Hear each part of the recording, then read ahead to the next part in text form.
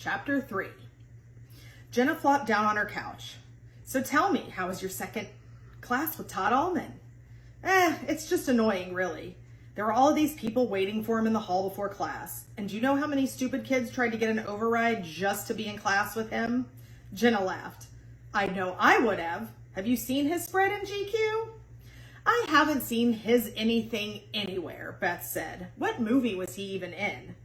Movies, Beth, plural. I told you, he was in the He-Man franchise. How do you not know this? I thought you were going to Google him. I forgot, Beth shrugged and took a sip of her wine. And honestly, I don't really care. He's just a pain in the ass. I'll be glad when the semester is over. Jenna rolled her eyes. I'm going to show you what the big deal is. Maybe then you'll understand. She set down her wine and grabbed her laptop off the coffee table. Come here. Beth sat down next to Jenna and looked at the screen. There were dozens of pictures of Todd Allman. Jenna clicked on a GQ cover of Todd in a dark gray suit with a bright blue tie. His broad shoulders looked like they were spilling off the sides of the magazine. The corner of his mouth turned up in just a hint of a smile. He had a faint scar running through his left eyebrow that seemed to punctuate his eyes. How have I not noticed how dark his eyes are? Beth wondered. The deep brown, nearly black, was a startling contrast to his sun-bleached hair. Jenna clicked on the slideshow and Beth watched as the screen filled with a picture of Todd in a wetsuit holding a surfboard. His blonde hair wet, his grin wide. Jenna kept clicking and picture after picture flashed before them. Todd with his chin on his steepled fingertips, looking serious. Todd walking backward down the street laughing, his arms wide. Todd in a laundromat wearing only a pair of unbuttoned jeans, leaning over a sexy young woman backed up against an industrial dryer. See, Jenna said, you have to admit, he's good looking. Beth took another sip of wine. Well, yeah, in those pictures, but he doesn't look like that in real life. He's always wearing a ratty old baseball hat. I think he looks like a young Paul Newman, but bigger, with the body of, of an Olympic swimmer, Beth finished, unable to look away from the screen filled with shirtless Todd Allman. Exactly, Jenna was triumphant. You should hit that. What a story to tell your grandkids.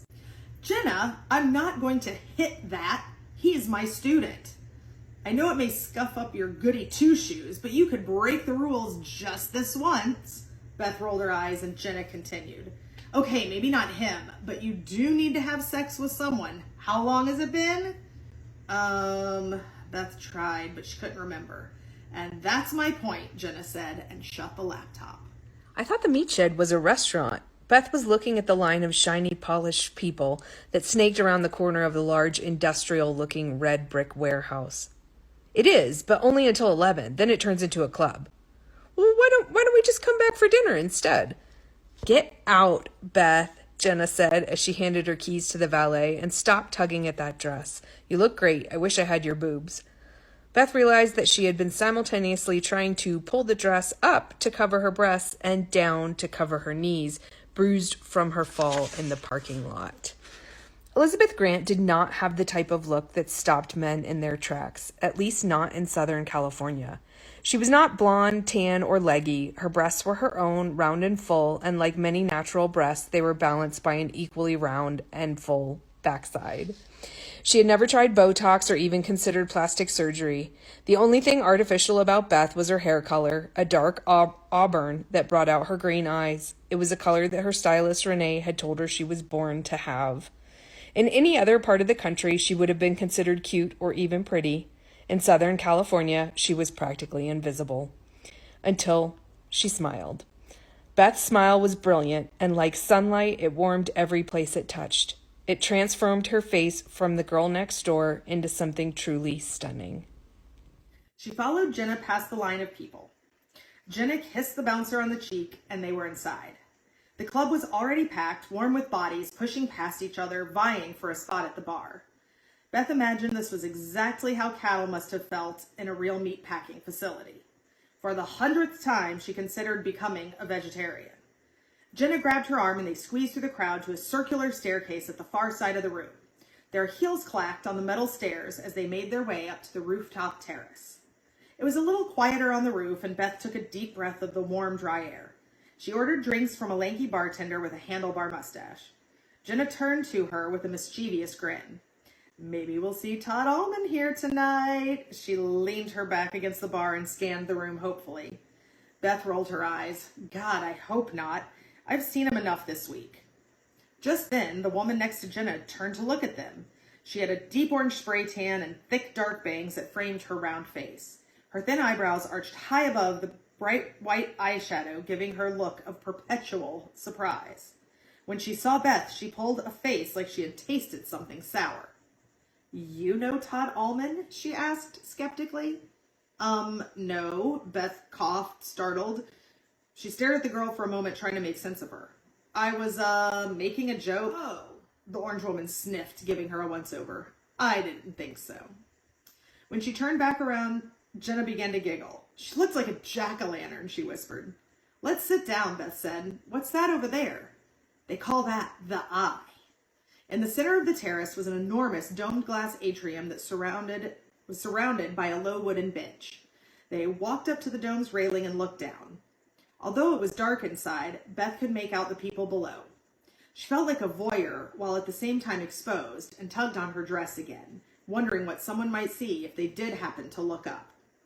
Jenna held up her drink. To you getting laid! Beth laughed and they clinked glasses. She took a gulp and immediately began to relax, finding it much easier not to fidget now that she had a drink in her hand. When their drinks were gone, Jenna headed back to the bar and Beth closed her eyes and inhaled deeply. She barely had a moment to herself when she felt someone sit down next to her. Geez, I leave you alone for 5 minutes and you get hit on. Did you run him off or what? Jenna handed a drink to Beth. No, not really. Well, kind of, I guess. What did he say? He asked if I was interrupting my nap, Beth laughed. Jenna scrunched her nose. He did what? When you went to the bar, I closed my eyes for a second, just trying to be present. And he happened to walk up just as I was doing that. Well, is he getting you a drink? He offered, but I told him you were getting me one. What is wrong with you? You should have let him buy you a drink. You have zero chance of getting any action from me. Beth laughed. That's true. I just wasn't, I don't know. I always feel weird taking a drink from some random guy. Jenna checked her cell phone. Ooh, Asha texted. She's waiting for us downstairs. Come on, we've had enough fresh air for now. Jenna grabbed Beth's hand and they crossed the terrace and descended the spiral staircase. She led them to a raised section of the club that overlooked the dance floor. Small booths and tables dotted the plush red carpet that led to a private bar tucked in the back corner. Beth leaned into her. VIP? Really? This is Levi and Asha's place. Of course we're going to the VIP section. Oh, right. Beth studied the club more closely. The meat shed was a big place, but she kept being drawn back to the Eye. Looking up through the same greenish glass she had just looked down from gave her a strange feeling of deja vu. How did they manage that while they were out on tour? They have some other partners. Beth heard a happy squeal and turned to see Asha rushing toward them. Jenna shrieked in delight, and the big man at the entrance to the VIP section moved the velvet rope aside just in time for them to embrace each other. Physically, Asha and Jenna were opposites. Jenna was petite and fair, with curly blonde hair and a big bubbly smile under a smattering of freckles. Asha was tall, with mocha skin, sleek black hair, and a serious face that belied her mischievous nature. She was a model for a few years, but now spent her time designing for Levi's clothing line. Asha, I'm glad you're here because I need help. Tonight is Operation GBL, Jenna announced. Get Beth laid. Beth rolled her eyes. Jenna! Well, finish your drinks and let's go dance, Asha said. There's some hot men on the dance floor tonight. Oh, and mark your calendars. Levi and I are having a Halloween party, and you have to come. Beth's attention wandered as Asha and Jenna tried to talk over the loud, pulsating music. There was something about the meat shed that was warmer than most clubs. She turned back to her friends and saw Asha smile, whisper to Jenna, and then get up and stalk through the VIP area. What was that all about? Jenna just shrugged, but a few minutes later, Asha returned, followed by a guy with dark hair.